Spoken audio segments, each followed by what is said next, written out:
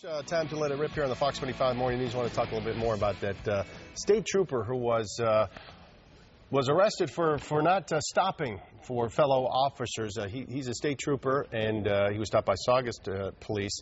And VB's down at Beacon Hill Studio to talk more about it. This is a 47-year-old Captain Thomas McCarthy is the gentleman in question here. And I guess the nature of the story is he was arrested. Police say that he had alcohol on his breath. They found some beers in his car, also his service revolver. And again, the car he was in was an unmarked cruiser.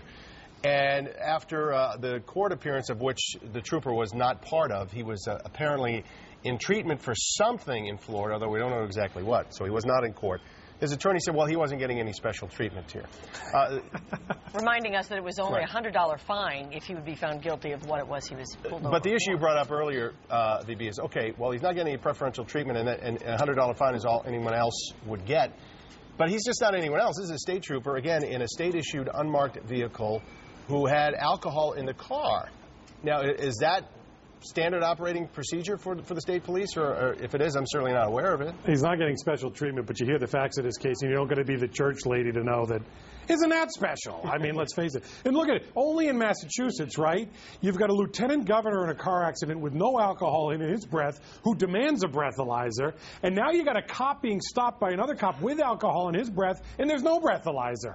Welcome to Massachusetts, I guess. And in fact, his line was, "Are you kidding me?" Yeah. Apparently that's what he said to the officer who pulled him over, and then took off. Right. And then they ended up stopping him again. Which again makes this different, I'm guessing, from most cases that the attorney may have been referring to. I think if someone gets pulled over by police, they tend to stay there. Yeah.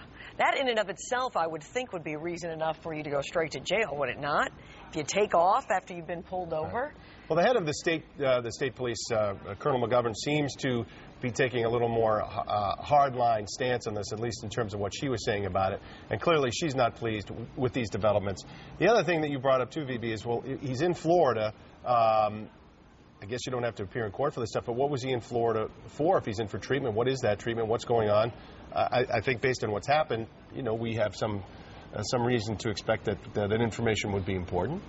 Right, and, you know, obviously cynics would say, well, this is some sort of ploy to get the union on his side. I'm getting treatment for whatever it is he needs treatment for. But you don't he's not being charged with anything. So what difference does it make? You know, I don't need to get treatment. I haven't been charged. I haven't committed a crime as a result of any of that stuff. It's crazy, you know. You look at this, and the big thing here is there's a question of the thin blue line, sort of, and the layers of it. But right off the top, he's in an unmarked cruiser, which you would think a cop would know, and you would expect the way this first stop would have gone is, look, I'm a state trooper, I'm just trying to get from here to there. The cops sort of escort him along the way. We never hear about it. Not that it's right, but that's how it would go, you would think. Only because apparently he was such a diaper about the whole thing, and then takes off.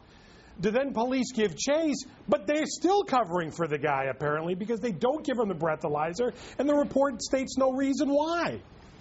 That doesn't make any sense.